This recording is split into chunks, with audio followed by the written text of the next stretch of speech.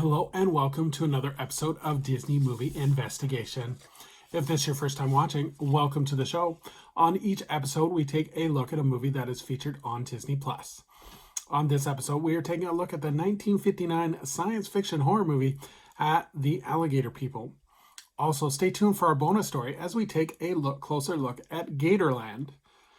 And if you are enjoying these videos, please do hit that subscribe button. That way you will never miss a single episode. But for now, sit back and enjoy this episode of Disney Movie Investigation.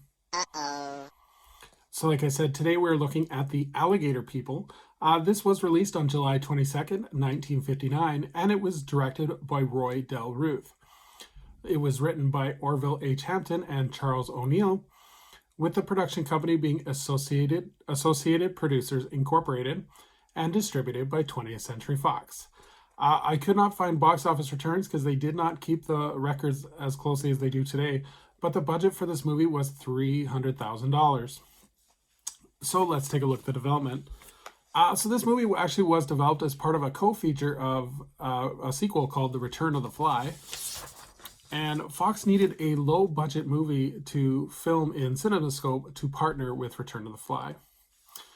So in terms of the cast, we have Beverly Garland, who plays Joyce Webster and Jane Marvin. Bruce Bennett, who plays Dr. Eric Lormer. Lon Chaney Jr., who plays Manon. George McCready, who plays Dr. Mark Sinclair. Frida Inscourt, who plays Lorthia Hawthorne.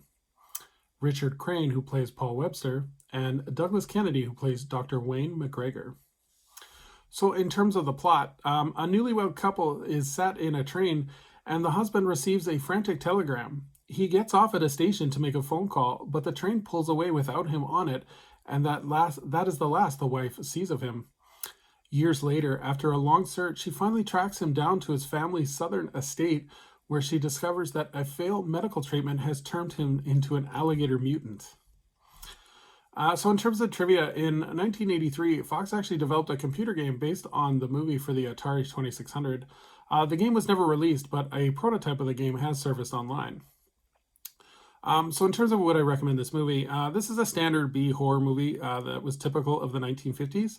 The movie does appear dated, like there's no doubt about it, but it has a great look at how movies were done in the 1950s, especially these B-movie type horror movies that were basically just trying to get people into the theater. Because this, if you got to remember, at this point in time, this is when television was first starting. So moviegoers were doing anything they could to try and get people into the theaters. And so kind of a B-movie horror classic paired with another B-horror classic movie was one of their strategies. So worth checking out, especially if you're into cinema history, because it is a great look. So that was pretty much it for Return of the Alligator People. There's really not a lot to cover with the movie. It is pretty basic, standard B-movie horror, but a great addition to Disney+. So let's take a look at our bonus story where we take a look at Gatorland. So Gatorland is a combination theme park and nature preserve located in Orlando, Florida. It was founded in 1973 by Owen Goodwin, and it is privately owned by his family.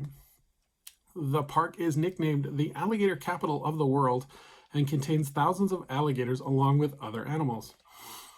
The park is known for buying and rescuing alligators from trappers that would normally be killed for their meat and skin. The breeding marsh area of the park was actually used in a film, Indiana Jones and the Temple of Doom. So in terms of the attraction of the park, so the first is the Gatorland Express. This is a 2-foot diameter railroad that runs inside of the park, and it was first opened in 1961 and built by the Allen Herschel Company. And it is actually advertised as the first official attraction in Central Florida. So in the next area of attraction is the Gatorland White Gator Swamp. This is an indoor area where guests can look through glass displays and see the albino gators. Signs and facts are also inside where guests can learn about the origin and how they are different than other gators. There is a Zipline attraction that was added in the summer of 2001, and guests travel through a pool of cross a pool of alligators and through existing attractions. The park also features walk-around experiences where guests can take photos with the gators and other animals. Daily shows do occur as well, where guests can actually see the trainers work with the animals, and you can do photo ops such as sitting on the gators as seen here. Gator Spot is an additional attraction where Gatorland opened at the Fun Spot America theme park on International Drive, where guests could actually take photos and feed real live alligators. The main alligator boya is a white gator with blue eyes. So I have visited this park. I think it's kind of a unique twist, especially if you've been to Disney World several times. It's kind of something off the radar and something for you to check out. Interesting, especially if you're into animals. There's a great variety of them, and it's just generally a good fun day out. So definitely worth checking out. So thank you so much for joining us here on Disney Movie Investigation. I would invite you to please leave a comment below if you have seen the Alligator People and what do you think of it, as well as if you have been to Gatorland, what is your favorite memory of being at Gatorland?